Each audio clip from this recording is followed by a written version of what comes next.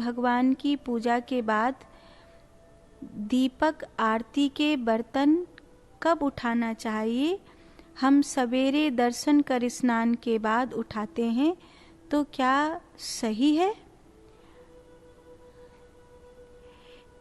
ऐसे जब आप नित्य प्रति की आरती कर रहे हैं, तो जब वो दिया पूरा हो जाता है तो वहाँ से उसे हटा लेते हैं। लेकिन संध्याकालीन आरती अगर आप कर रहे हैं तो संध्याकालीन आरती में वो दिया जलता हुआ ही भगवान के आगे रखा रहता है, फिर उसको भोर में ही वहाँ से हटाया जाता है। इसीलिए उसको तुरंत वहाँ से हटाना या बुझाना, कभी भी दिया अपने हाथों से पूजा का दिया नहीं बुझाना चाहिए। गुरु पूजा के बाद या देव पूजा के बाद कभी भी दिया अपने हाथों से नहीं बुझाना चाहिए। घी दिए से जो आपके घर के कई देवी देवता आपने अपने मंदिर में रखे हैं उनकी कर सकते हैं। अलग अलग दिया घर के देवी देवताओं के लिए नहीं जलाया जाता है।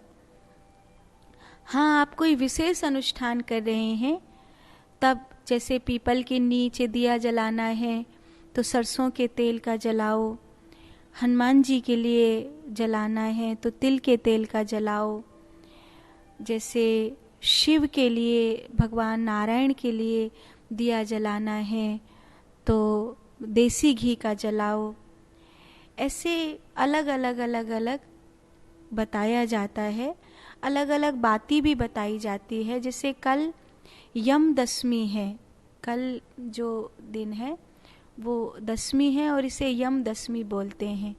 कहते हैं यम दशमी को दीप दान करना चाहिए, तो वो एक बिल्कुल अलग है। जैसे उसमें दक्षिण दिशा की ओर हम दीप दान करते हैं और कलावे की बत्ती बना करके हम वो दिया जलाते हैं विशेष रूप से।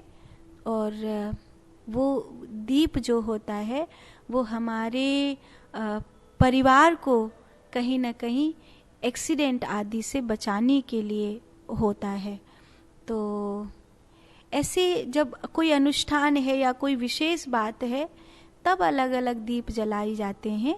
लेकिन अगर आप घर में आरती कर रहे हैं तो आप एक ही दिए से सब भगवान की आरती संपन्न करेंगे। वहाँ आपकी छोटी सी शिवलिंग भी रखी है, वहाँ हनुमान जी भी विराजमान है, वहाँ आपके लड्डू गोपाल भी विराजमान है, वहाँ माता रानी भी विराजमान है, वहाँ श्री राधा कृष्ण भी विराजमान है।